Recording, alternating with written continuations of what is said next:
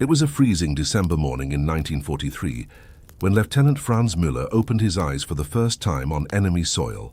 The sky was covered in grey clouds, and the smell of smoke and burning fuel still permeated the air around him. His plane, a Messerschmitt which had been his home in the skies for months, was now just wreckage scattered across a field in occupied France. Franz touched his face and felt the dried blood on his forehead. He was alive, but everything had changed in a matter of seconds. Before we continue with this extraordinary story, please subscribe to the channel and leave a comment with the time you watched this video. Your participation is essential to bringing you more incredible stories like this. Just 20 minutes earlier, Franz had been flying in formation with his squadron, returning from a patrol mission over the English Channel. The radio crackled with the tense voices of his comrades as they spotted the enemy formation. They were British Spitfires, at least a dozen of them, cutting through the clouds like hungry predators. Franz felt his heart race, but his hands remained firm on the controls. He had been training for this moment for years, ever since he was a young dreamer in Bavaria, watching the planes slice through the blue sky over his small town. The fight began chaotically, as it always did. The planes' trajectories intertwined in a deadly dance, light traces slicing through the air in every direction. Franz dove to avoid an attack, feeling the gravitational pull pressing his body against the seat. He was aligning his aim when he heard the sound every pilot dreaded, the metallic crack of shells piercing his plane's fuselage. Black smoke began to pour from the engine, and the instrument panel in front of him exploded with sparks. He knew he had only seconds before the plane became a flying coffin. Franz pulled the cockpit ejection lever, but it jammed. Panic began to grip him as the plane spun wildly toward the ground. He pulled again, this time with all his strength, and finally the window dislodged. The icy wind hit his face with the force of a hammer as he struggled to free himself from his seatbelts. With a desperate movement, Franz threw himself out of the cockpit, and seconds later he felt the violent tug of the parachute opening above him. He floated in the air as he watched his plane plunge and explode against the ground, a ball of orange fire against the green French countryside. The descent seemed to take forever. Franz looked around searching for other parachutes, for signs of his companions, but saw only empty sky and clouds of smoke in the distance. When his feet finally touched the ground, he rolled as he had learned in training, but the sharp pain in his right ankle made him cry out.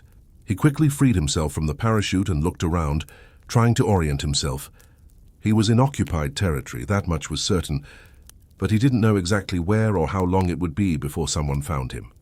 Franz began walking, limping heavily, trying to get away from the smoking wreckage of his plane, which would surely attract attention. He needed to find his people, his forces, before the French resistance or the Allied troops found him. But fate had other plans for him. After about an hour of staggering through fields and small dirt roads, Franz heard the sound of approaching engines. He dove behind a stone fence, but it was too late. They were American jeeps, 3 of them, with armed soldiers who had already spotted his silhouette. The Americans quickly surrounded him. Their guns pointed at him as they shouted orders in English Franz could barely understand. He slowly raised his hands, his entire body aching, and was forced to his knees on the cold ground. One of the soldiers, a sergeant with a scarred face, brutally searched Franz, removing his service weapon, his documents, and even the photograph of his family he carried in the inside pocket of his jacket. Franz watched the photo being handled by strange hands and felt a pang of despair that was worse than any physical pain. They threw him into the back of one of the jeeps and drove along rutted roads for hours. Franz had no idea where he was being taken, but he knew his war had ended in a way he never imagined. He always thought he would die in combat, in flames over the English Channel, or perhaps hit by anti-aircraft fire over London. He never imagined he would become a prisoner, a number in a detention camp, stripped of his honor and freedom. The prison camp was located in a rural area of France, surrounded by barbed wire and guard towers. When Franz was processed at the entrance, an American officer who spoke fluent German interrogated him for hours. They wanted to know about his unit, the coastal defenses, the new aircraft models, everything. But Franz gave only his name, rank, and serial number, as he had been trained. The interrogator eventually gave up, but not before making it clear to Franz that he would be spending a lot of time there. The first few days in the camp were the worst. Franz was placed in an overcrowded barracks with other German prisoners, men from all ranks and branches of the military. There were infantrymen covered in mud and trauma, sailors whose submarines had been sunk, and other airmen like himself. They all shared the same empty look, the same sense of defeat and uncertainty about the future. Meals were meager, basic rations barely keeping a man standing, and the December cold penetrated the thin tents as if there were no walls. Franz spent the first few weeks in a state of emotional numbness. He would lie in his narrow bed at night, staring at the tent ceiling, and think of his family in Munich. His mother, who always prayed for his safety before every mission even though he was hundreds of miles away. His father, a World War I veteran who had taught Franz about honor and duty. And his younger sister, Anna, who wrote letters filled with trivial news about school and friends, trying to maintain some semblance of normalcy in a world that was falling apart. But there was something in Franz that refused to give up.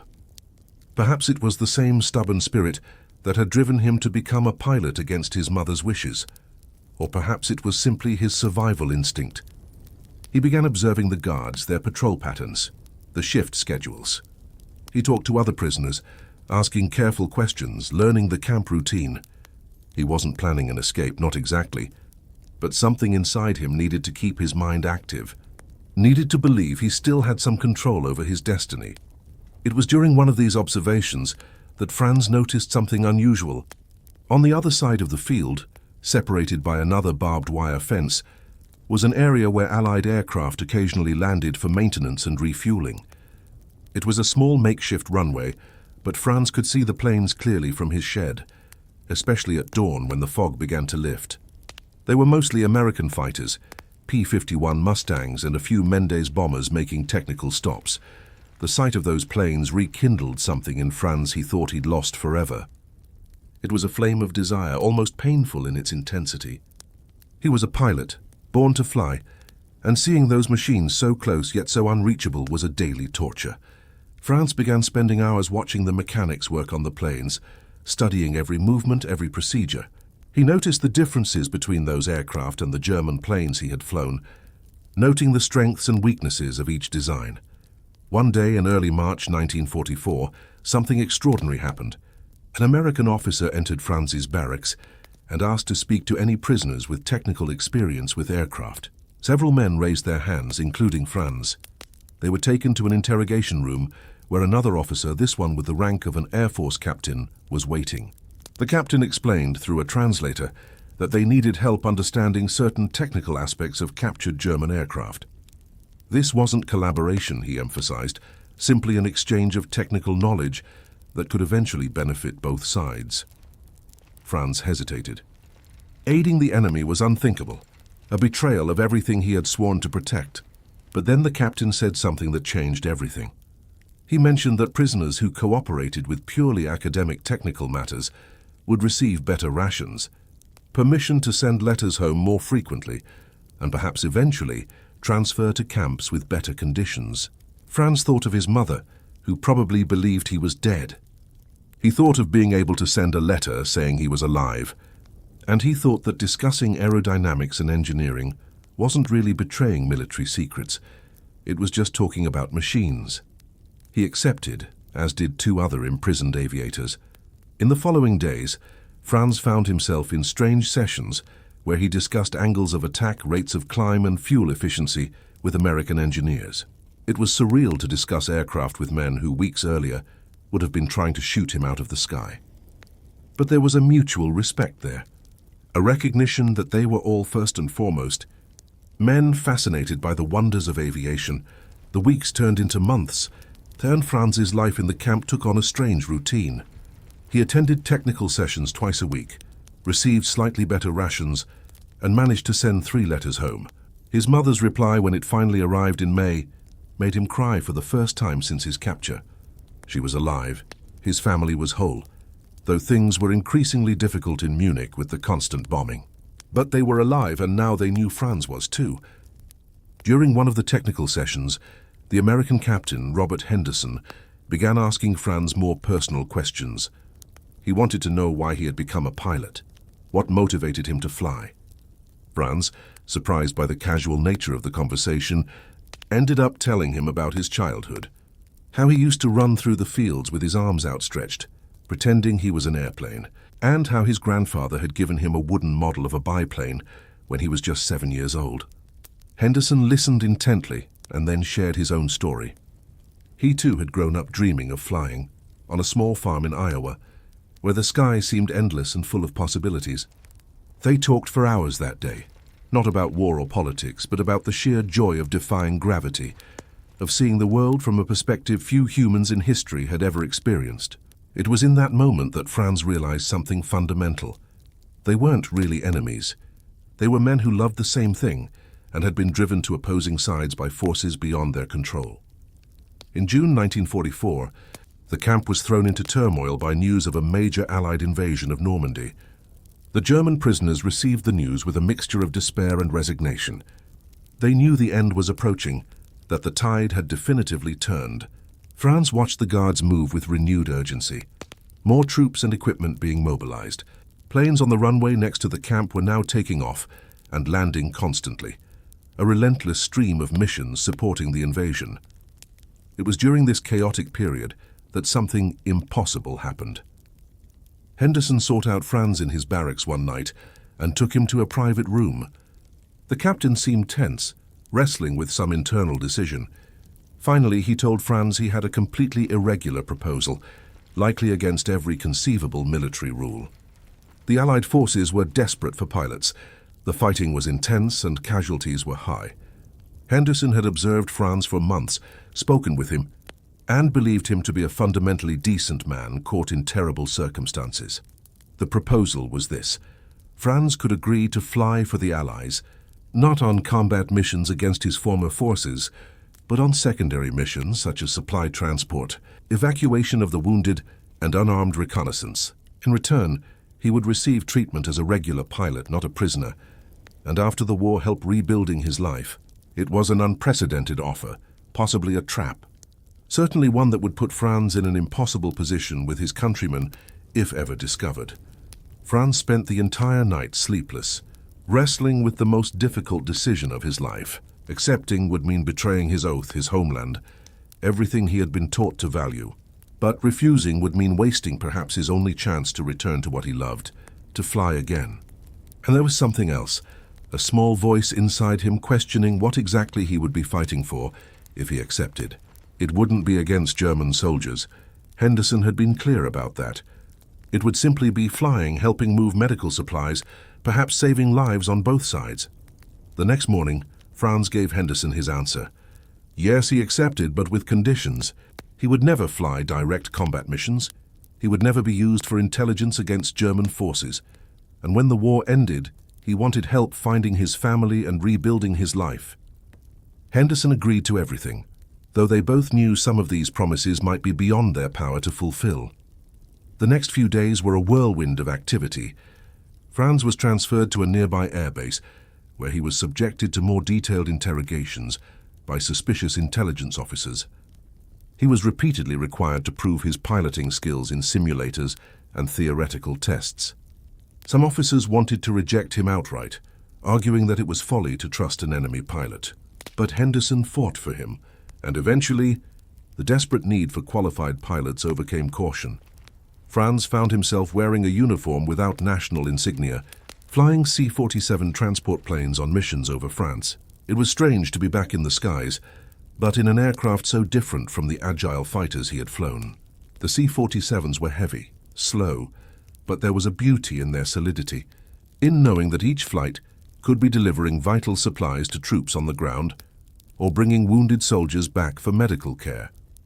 For the first few weeks, Franz was treated with cold suspicion by most of the other pilots and crew. They knew he was German, a prisoner under unusual circumstances, and few wanted to approach him. Franz kept quiet, focused on his work, and flew his missions with professional precision. He never tried to explain or justify himself. He simply did his job and let his actions speak for themselves. There was a pivotal moment that changed many people's perceptions of him.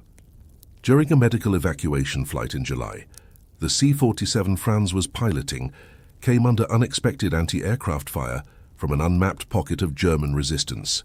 The American co-pilot panicked when the left engine began to fail, shouting that they needed to abandon the wounded and land immediately.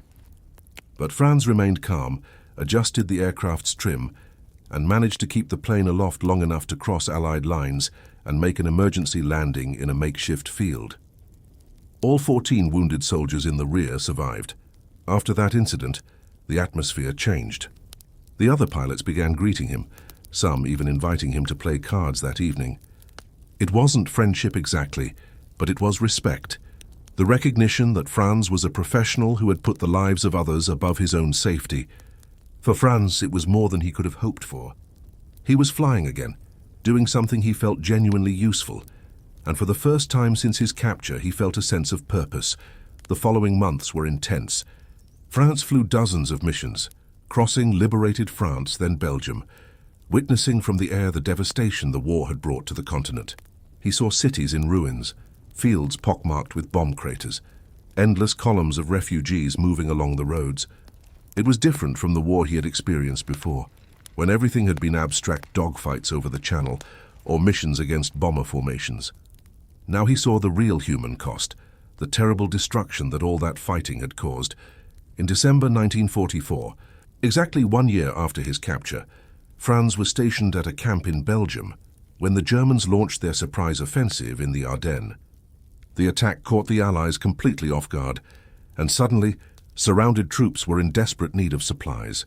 Franz volunteered to fly supply missions into the encircled areas, missions that were extremely dangerous due to German air control over the region. Henderson, now a major, tried to dissuade him. He pointed out that if Franz were shot down and captured by German forces, he would be executed as a traitor. But Franz was resolute. He said those surrounded soldiers needed help, and he had the skills to provide it. Furthermore, he knew German flying tactics better than any Allied pilot, how to avoid their patrols, how to use the terrain to conceal his approach.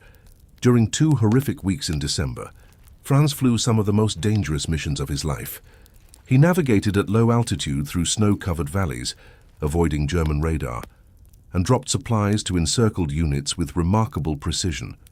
On one occasion, he even landed on a makeshift airstrip under enemy fire to evacuate wounded commanders. His C-47 was riddled with bullet holes when he returned, but everyone on board survived. After the Battle of the Bulge, Franz was treated as a full member of the unit. The men stopped seeing him as a German and began to see him simply as Müller, the pilot who flew through hell and always came back. He even received a commendation of merit from Henderson, although it was understood that no official recognition could be given the irregular nature of his situation. By the spring of 1945, it was clear that the war was in its final stages. Franz continued flying humanitarian missions, now increasingly focused on helping refugees and displaced civilians. From the air, he saw the final collapse of the country he had fought for, saw German cities destroyed, roads clogged with people fleeing westward.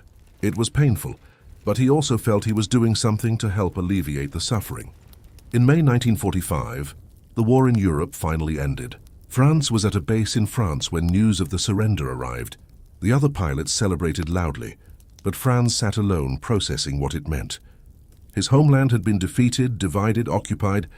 His future was uncertain. But he was alive, and against all odds, he had found a way to preserve his humanity amidst the madness. Henderson contacted him that night with news. Allied military authorities had decided that given the extraordinary nature of Franz's contribution, he would be treated as a special case. He would not be prosecuted or held in regular prison camps. Instead, he would be helped to reunite with his family and rebuild his life in the new post-war Germany. There was, of course, the condition that he never speak publicly about his role flying for the Allies, as this could create political complications and possibly put him in danger from Germans who would view him as a traitor. Franz spent the next few months in a strange limbo, occasionally helping as a translator and consultant on aviation matters, while authorities worked to locate his family. Finally, in August 1945, he received the news he had been waiting for. His family had survived the war. His mother and sister were in a refugee center in Munich.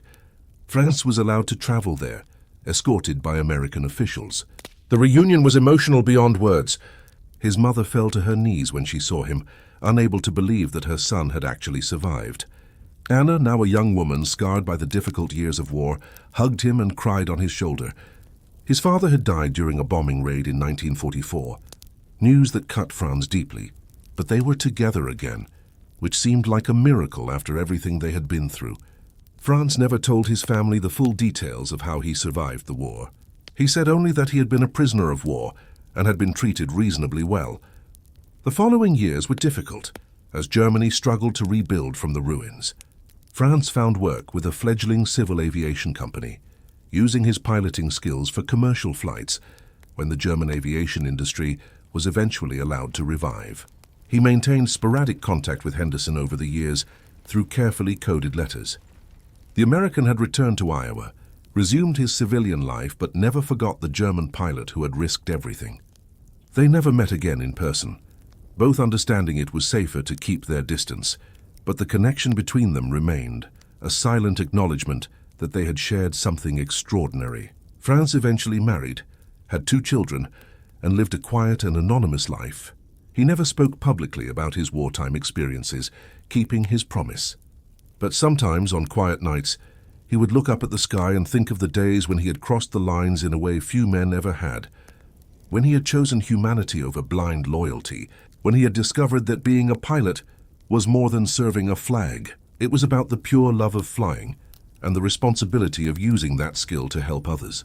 Their story remained unknown for decades, a secret kept in classified military archives and the memories of the few men who had been there. But it was a story that spoke to something profound about human nature, about how even in the most extreme circumstances, people can make choices that defy expectations, that transcend the divisions imposed by war. Franz Müller passed away in 1987, an ordinary man in the eyes of the world, but someone who had lived an extraordinary experience. At his funeral, an elderly man came from far away and stood silently at the back of the ceremony. It was Henderson, who had traveled from America to pay his last respects to the man he considered one of the bravest pilots he had ever known, not because of how many enemies he had shot down, but because he had the courage to choose a different path when faced with an impossible choice. Franz's story is one rarely told because it doesn't fit into simple narratives of heroism or villainy, victory or defeat. It's a story about the gray areas of war, about how people are more complex than the labels we give them, about how sometimes true courage lies not in fighting, but in finding a way to stop fighting without losing yourself. In the years since, some documents have been declassified revealing fragments of this remarkable story. Historians have discovered flight logs showing an unidentified pilot flying missions for the Allies in 1944 and 1945, records that match the dates and locations of Franz's experiments. But many details remain obscure, protected by confidentiality agreements that outlived the very men who made them. What we can learn from this story is that even in war, even when the whole world seems divided into irreconcilable opposing sides, humanity can find a way to prevail. Franz didn't betray his country by choosing to fly again. He simply chose to be true to himself, to the pilot he always was, someone who loved flying not for the cause he flew for, but for the act itself.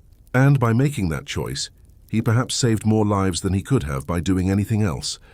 Today, when we look to the sky and see commercial airplanes crossing from country to country without regard for borders or conflict, when we see aviation as a force that unites the world rather than divides it, we can thank in part men like Franz Müller, men who understood that the gift of flight came with a responsibility greater than loyalty to any nation, a responsibility to humanity itself.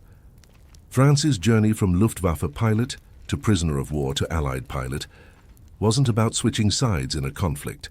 It was about a man discovering that his identity as a pilot was more fundamental than his identity as a soldier of any country.